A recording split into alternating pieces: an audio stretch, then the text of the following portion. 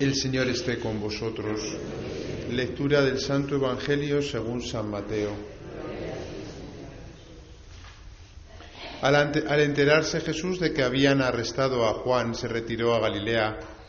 Dejando Nazaret, se estableció en Cafarnaúm, junto al mar, en el territorio de Zabulón y Neftalí, para que se cumpliera lo dicho por medio del profeta Isaías: tierra de Zabulón y tierra de Neftalí, camino del mar, al otro lado del Jordán, Galilea de los gentiles.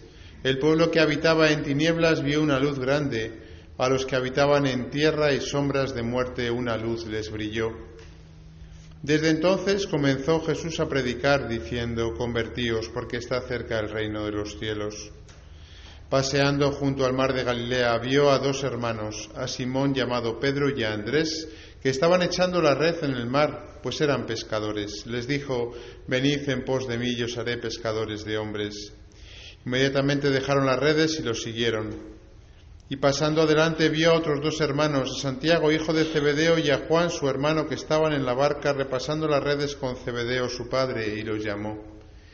Inmediatamente dejaron la barca y a su padre y los siguieron. Jesús recorría toda Galilea, enseñando en sus sinagogas, proclamando el evangelio del reino y curando toda enfermedad y toda dolencia en el pueblo. Palabra del Señor.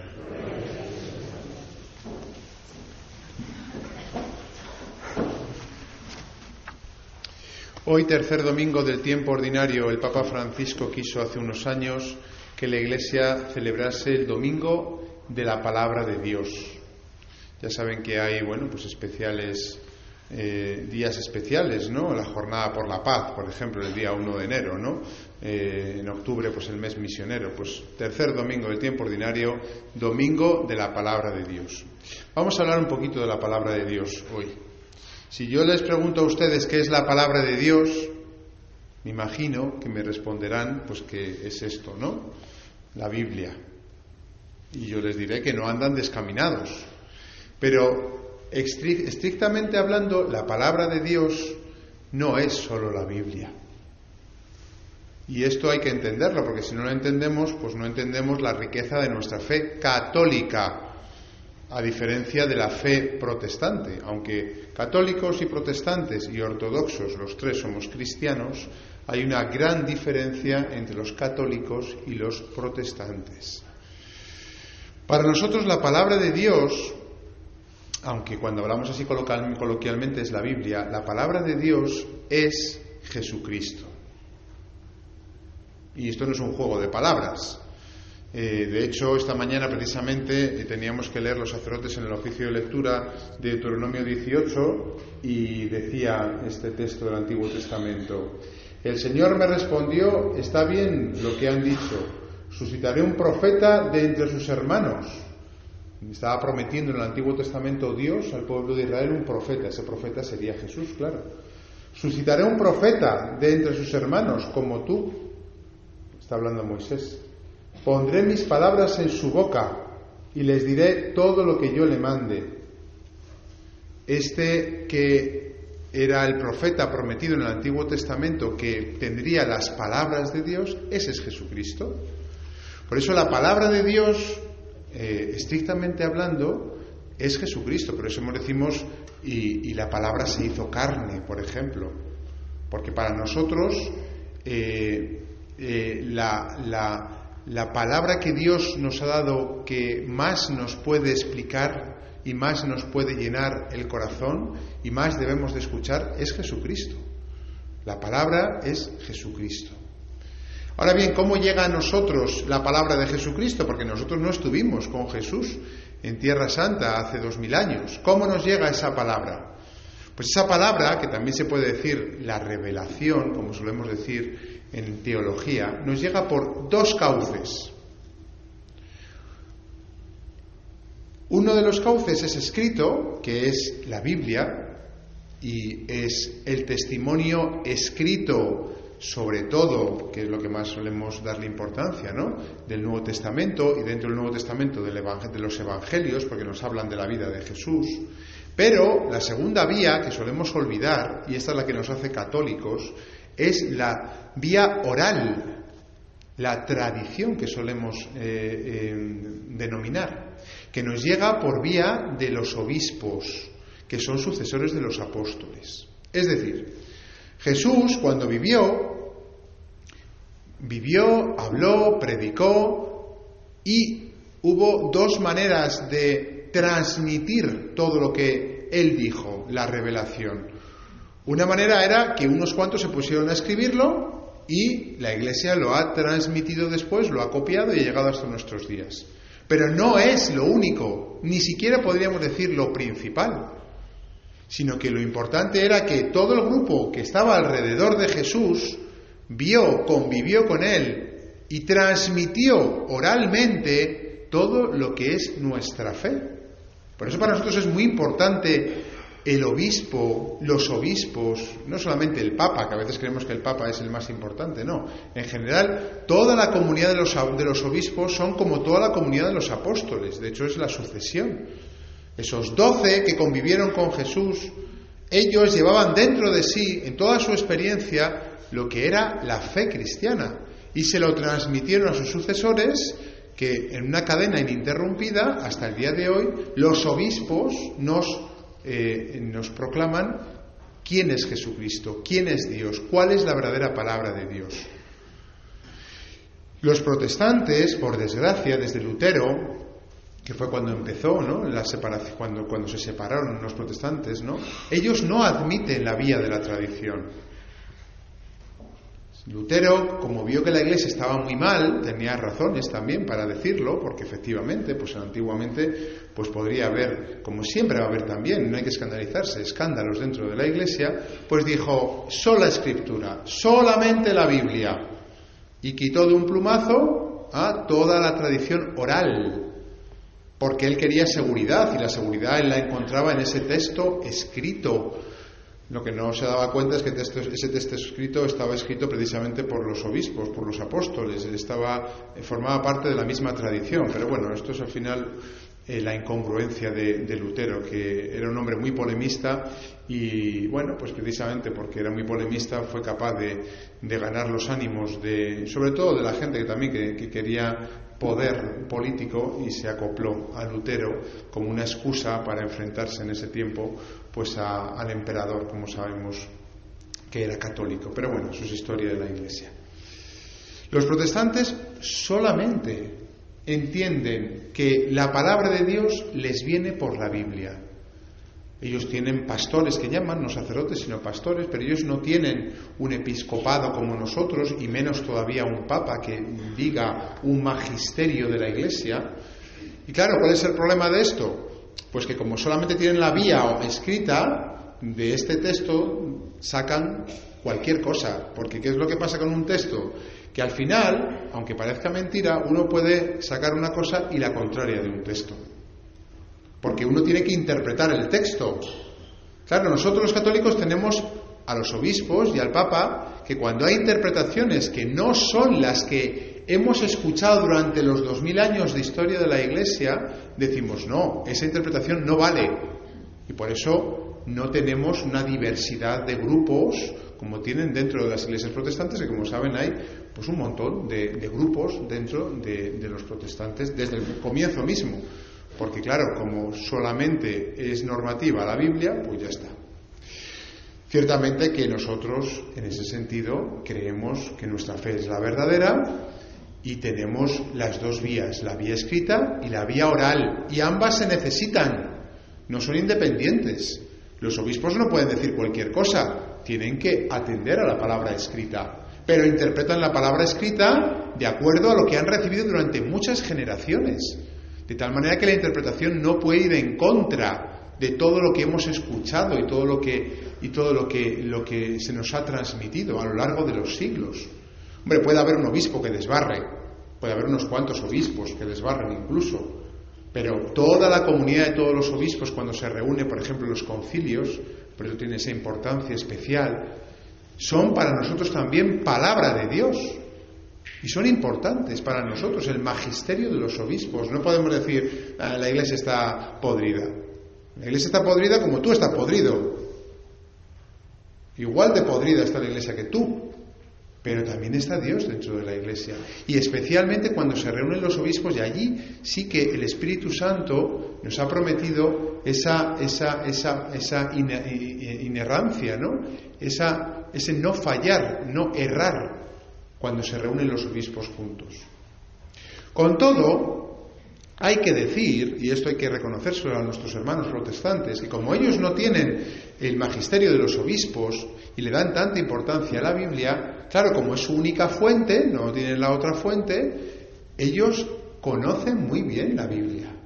Vamos, que nos dan sopas con ondas a todos los que estamos aquí, incluido yo, Porque uno ve a niños que con 9 y 10 años se han leído la Biblia entera, se la conocen, la recitan, la memorizan incluso, y viven de ella, se nutren de ella, como nosotros nos nutrimos de la tostada con mermelada que nos hemos tomado por la mañana o del café con leche. Y me pregunto yo si ustedes tienen la percepción de que es suficiente con lo que hacen respecto a la Biblia. Y aquí vamos a meternos un poquito de caña a los católicos. Porque precisamente, viendo a nuestros hermanos protestantes, deberíamos de decir, oye, qué suerte que yo, además de tener la Biblia, tengo el magisterio de los obispos, el magisterio de los papas, qué maravilla, Benedicto XVI, cada vez que lee uno una homilía se le cae la baba, ¿no? Qué bien, qué bonito, ¿no? Pero oye, eso no quiere decir que yo no tenga que conocer la palabra de Dios. Le voy a poner un ejemplo. Hoy hemos leído en la primera lectura Isaías 8, que comienza diciendo: en otro tiempo humilló el Señor la tierra de Zabulón y la tierra de Neftalí. Y me preguntaba yo cuando estaba ahí sentado, ¿qué habrán entendido los que están aquí en esta iglesia?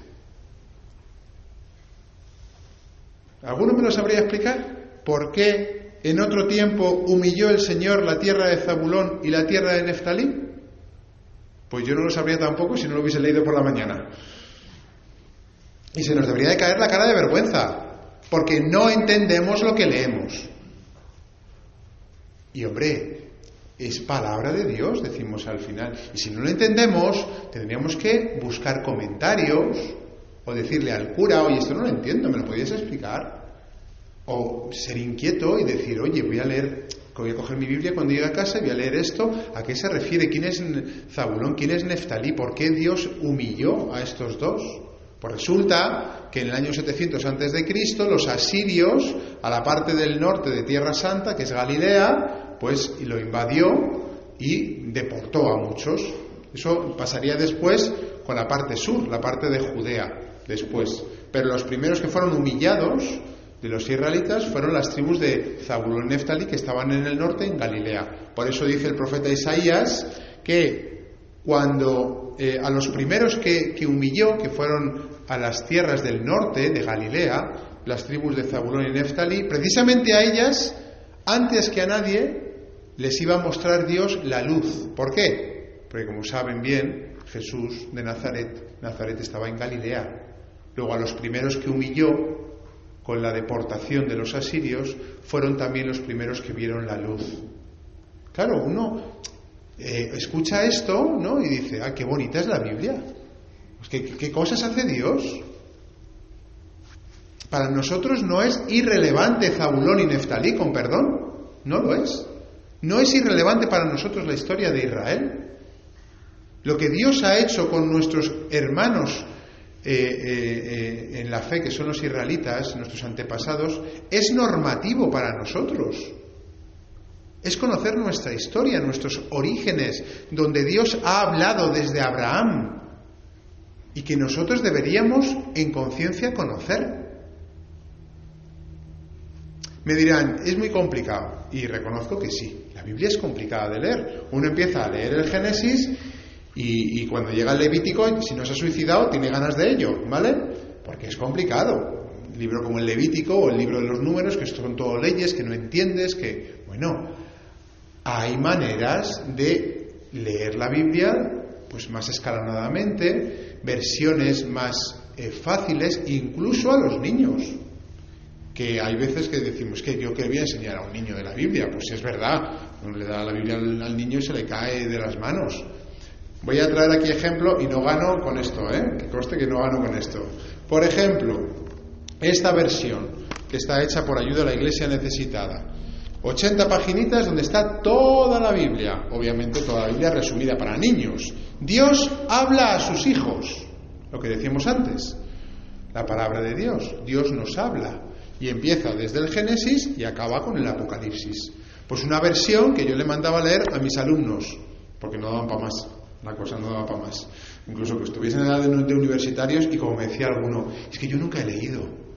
Esos son los futuros maestros de vuestros nietos. La cosa viene fuerte. 80 páginas, toda la Biblia. Empiecen por esto. Dios habla a sus hijos. Esto cuesta 3 euros por ahí. De ayuda a la iglesia necesitada.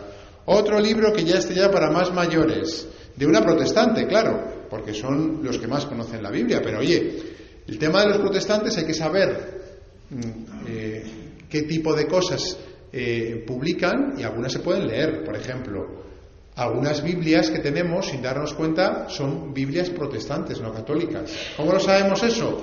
Pues yendo a la Biblia. Hombre, si pones la Conferencia Episcopal Española, esta protestante no es, eran protestones, pero protestantes no, esta es de la católica. Pero uno abre la Biblia al principio del todo y ve si tiene pues una aprobación eclesiástica, lo que se llama el nihil obstat, que aparece al principio, o dice con el permiso de, o hay un obispo que refrenda, ¿no?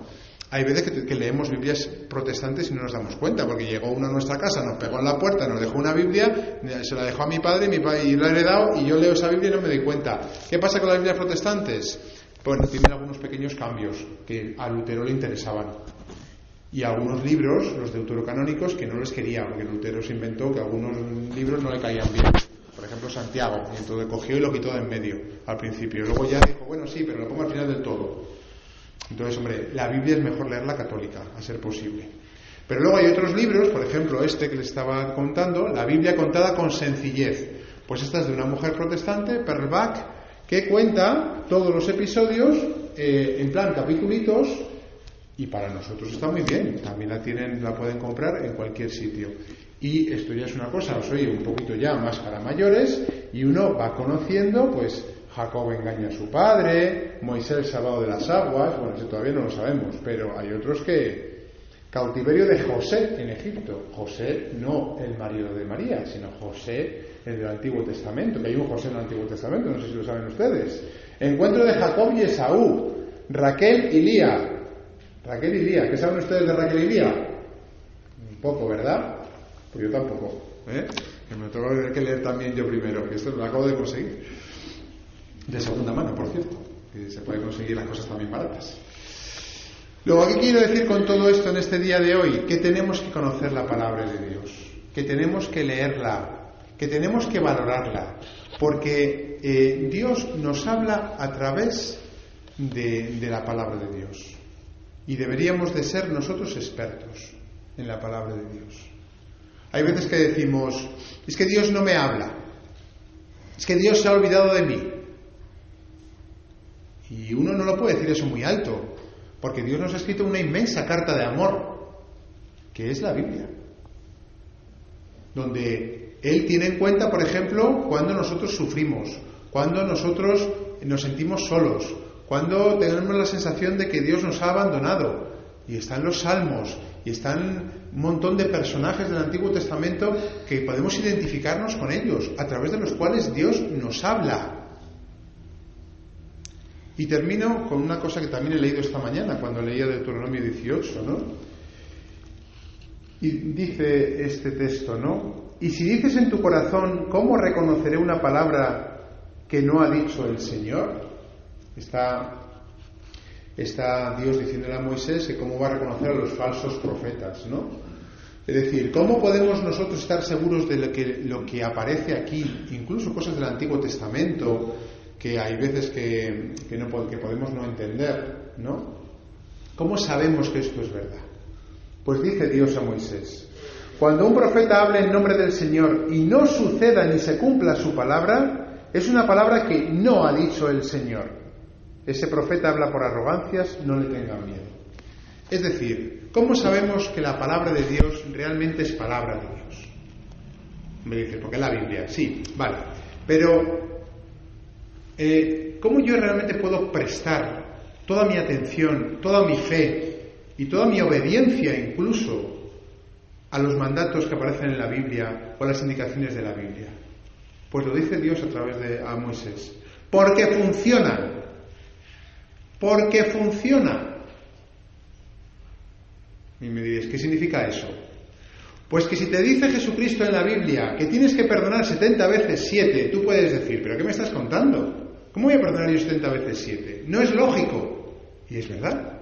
Hay veces que no leemos la Biblia con toda la fuerza que tiene. O las bienaventuranzas. ¿Cómo me dices que son bienaventurados los que lloran? Pues sí, Jesús dice bienaventurados los que lloran. Y hay de los que hablan bien de vosotros. Que son palabras que hay veces que no nos damos cuenta de toda la fuerza que tienen.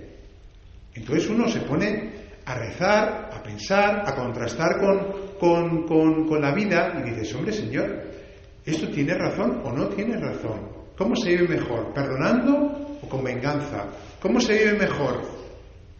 ¿Llorando y sabiendo que Dios está con nosotros y que nos promete el cielo cuando lloramos, obviamente, por el bien? ¿O cuando estamos pagados de nosotros mismos como están los ricos, los políticos y todos los que hablan bien de ellos? Tiene razón la palabra de Dios. Y uno se autoconvence, según va pasando la vida, de que la palabra de Dios, de que la Biblia funciona. Claro, si no lo ponemos en contraste, pues al final, pues efectivamente, nos da igual la Biblia, nos da igual todo. Hermanos, dediquemos tiempo. Y si la Biblia es demasiado para nosotros, que lo suele ser, ¿no? Cojamos un libro de comentarios. Dependiendo del nivel que tengamos. Podemos empezar leyendo la Biblia hasta 80 páginas y a partir de ahí ir tirando. Pero no puede ser que nos conformemos con no conocer la palabra de Dios. No podemos quedarnos tranquilos. Y hay muchas veces que juzgamos a Dios, como he dicho, de que no está con nosotros y la culpa es nuestra.